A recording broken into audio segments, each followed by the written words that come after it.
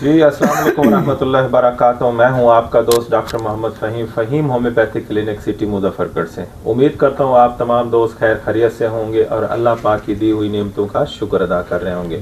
جی دوستو، میرے پاس آج میرے خوبصورت دوست 3 دوست یہاں پہ آئے ہوئے ہیں، موجود ہیں.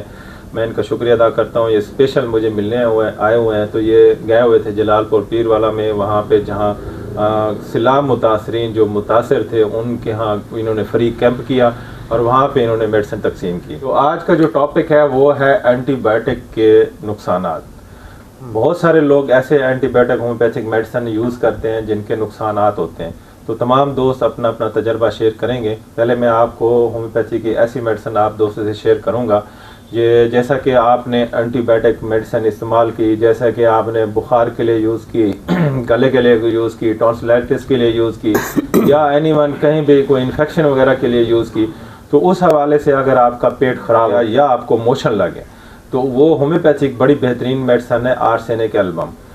کیونکہ اینٹی بائیوٹک استعمال کرنے سے گردے میں خشکی ہوتی ہے، معدے میں خشکی ہوتی ہے، آنتڑیں خشک ہو جاتی ہیں، تو پیاس وغیرہ بہت زیادہ لگتی ہے، یا تھوڑی تھوڑی پیاس گھونٹ انسان پانی پیتا ہے. تو آرسینک البم وہ پیاس بھی ختم کرتی ہے اور اس اینٹی بائیوٹک ادویات کے نقصانات کو بھی کم کرتی ہے.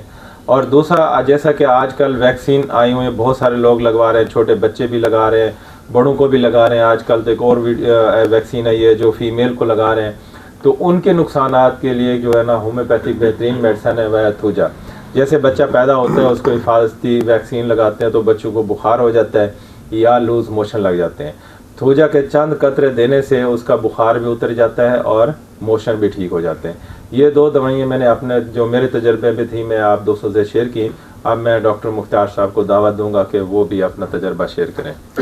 جی بالکل. ہمارے پاس جو پیشنٹ آتے ہیں، خاص طور پہ جو نیو مریض ہوتے ہیں جو پہلی دفعہ ہومیوپیتھک سسٹم کی طرف آتے ہیں، تو انہوں نے جو لوگ مختلف امراض میں مبتلا رہتے ہیں اور اینٹی بائیوٹک میڈیسن کا بکثرت استعمال کر چکے ہوتے ہیں، تو ان کو ان میڈیسن کی وجہ سے بہت زیادہ مضر اثرات ان کی باڈی میں پائے جاتے ہیں، اور ان اثرات کی وجہ سے وہ زیادہ پریشان ہو کے پھر ہمارے پاس آتے ہیں اور کہتے ہیں کہ جی ڈاکٹر صاحب ہم نے بہت ایلوپیتھک میڈیسن کھائی ہیں، خاص طور پہ اینٹی بائیوٹک میڈیسن، تو اس کی وجہ سے ہمارے پرابلم بہت زیادہ بڑھ گئے ہیں.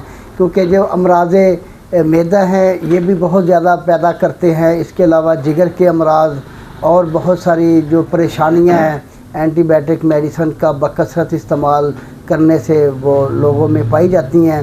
تو الحمدللہ ہومیوپیتھک سسٹم میں بہت اچھی میڈیسن ہے. تو فرسٹ آف آل ہم تھوجا میڈیسن دیتے ہیں جو ایلوپیتھک میڈیسن خاص طور پہ یہ اینٹی بائیوٹک میڈیسن کے بھی اثرات کو ذیل کرنے میں ایک اپنا بھرپور کردار ادا کرتی ہے. تو نقص و میکا ہے وہ بھی بہتر ہے، لیکن تھوجا کو ہم نے بہت اچھا پایا ہے ایلوپیتھی میڈیسن کا اثر ذیل کرنے میں. بہت شکریہ.